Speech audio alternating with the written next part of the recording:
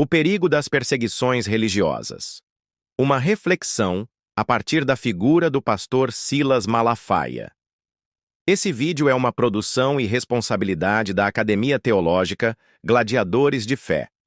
Vivemos em uma sociedade plural, marcada por diferentes visões de mundo, crenças e filosofias.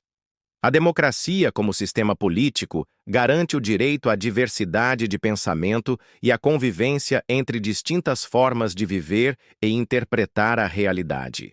Contudo, a história nos ensina que, quando a liberdade religiosa e de expressão é atacada, a humanidade dá passos em direção ao autoritarismo, à intolerância e ao enfraquecimento das bases sociais.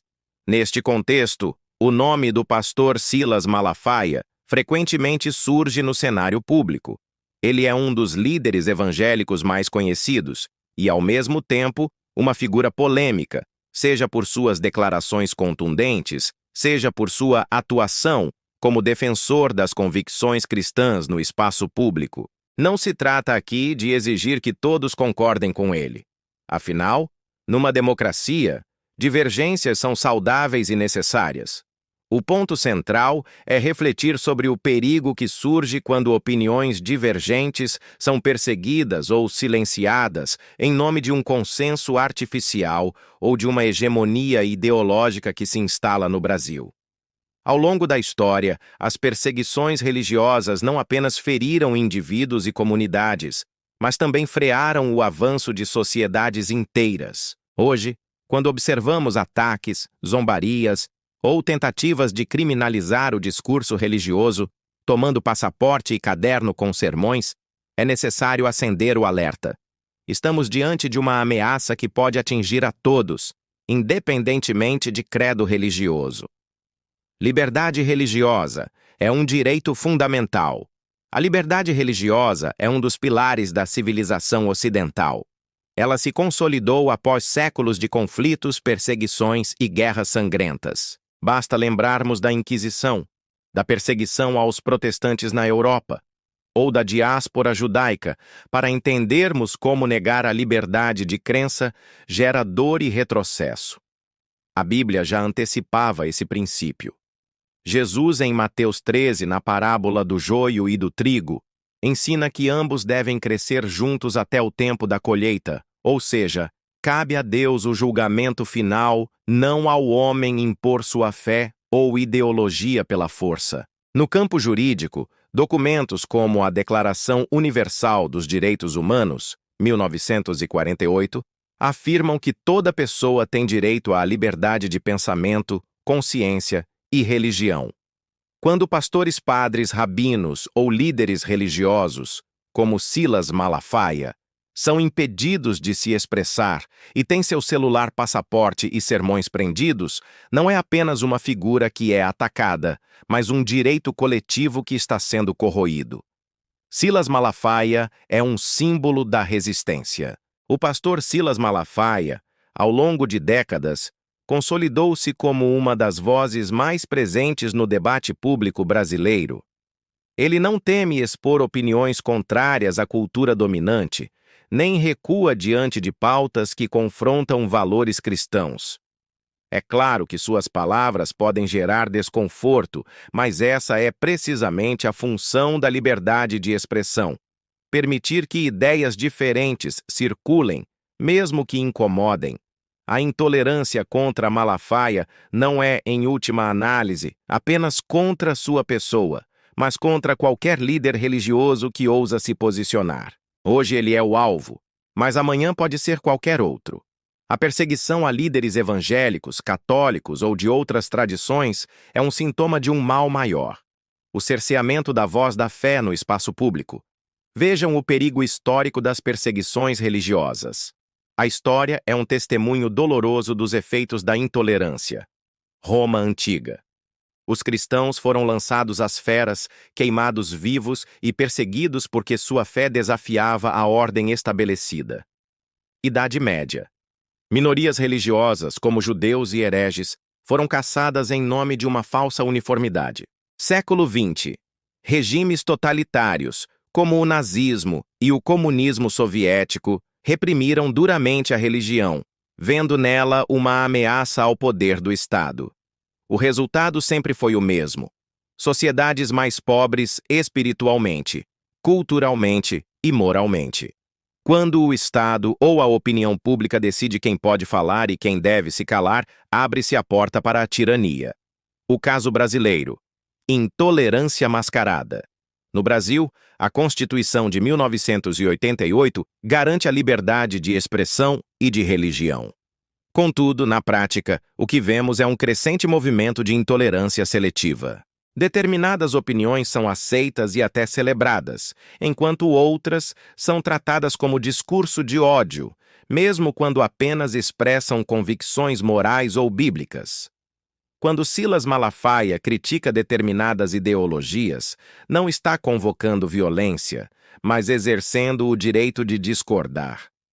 Transformar discordância em crime é um caminho perigoso, que já vimos em regimes autoritários. O problema não é gostar ou não de Malafaia, mas permitir que sua voz exista em um espaço democrático. A Igreja como guardiã da consciência. A perseguição à fé não é apenas uma questão jurídica, mas espiritual. A Igreja, desde os tempos apostólicos, é chamada a ser sal da terra e luz do mundo. Mateus 5, 13 e 14. Quando tentam calar líderes religiosos, o que está em jogo é a missão da Igreja de anunciar a verdade do Evangelho. Impedir que pastores como Silas Malafaia preguem suas convicções é tentar sufocar a própria obra de Deus. Claro que a Igreja sempre floresceu em meio às perseguições, como nos primeiros séculos, mas isso não justifica que aceitemos passivamente ataques à liberdade.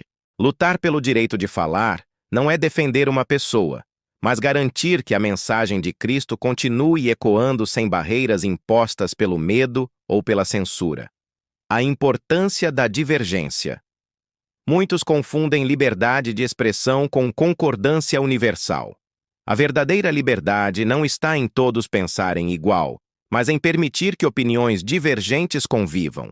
Se Silas Malafaia diz algo que não agrada a determinados grupos, a resposta saudável é o debate, não a censura. A Bíblia nos mostra exemplos de homens de Deus que confrontaram a cultura, política e a justiça da sua época. João Batista denunciou os pecados de Herodes. Paulo confrontou filósofos em Atenas. Os profetas ergueram suas vozes contra reis e autoridades corruptas. Se vivêssemos em tempos de censura total, quantos desses homens seriam silenciados como polêmicos ou radicais? Devemos ter a tolerância como caminho. Ninguém precisa ser seguidor de Silas Malafaia para defender seu direito de falar. Tolerância não é a aceitação total das ideias do outro, mas reconhecimento de que ele tem o direito de manifestá-las. É como Voltaire dizia: posso não concordar com nenhuma das suas palavras, mas defenderei até a morte o seu direito de dizê-las. A verdadeira democracia se constrói com vozes plurais. Quando apenas um lado tem espaço, deixa de ser democracia para se tornar tirania. Agora entenda qual o papel dos cristãos na defesa da liberdade. Os cristãos de hoje não podem se calar diante do avanço da intolerância. É dever da Igreja defender a liberdade religiosa não apenas para si mesma, mas para todas as crenças. Quando a liberdade de um é atacada, a de todos corre risco. Orar pelas autoridades, como Paulo recomenda em 1 Timóteo 2:2. Participar ativamente do debate público, sem medo de represálias, ensinar às novas gerações o valor da liberdade e da tolerância, unir-se em solidariedade a líderes perseguidos, mesmo que não haja plena concordância em todos os pontos.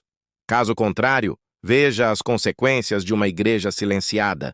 Se a perseguição contra líderes como Silas Malafaia prosperar, as consequências serão profundas. Enfraquecimento do testemunho cristão no espaço público. Crescente hegemonia ideológica sem espaço para a fé. Geração de cristãos intimidados e temerosos de se posicionar. Avanço de uma cultura sem referências morais sólidas. A censura religiosa não afeta apenas os crentes, mas toda a sociedade, pois elimina um dos principais fatores de equilíbrio ético e espiritual.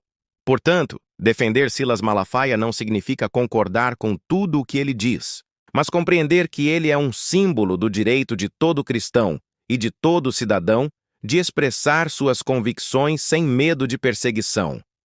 A história nos mostra que onde a liberdade religiosa é sufocada, a tirania prospera.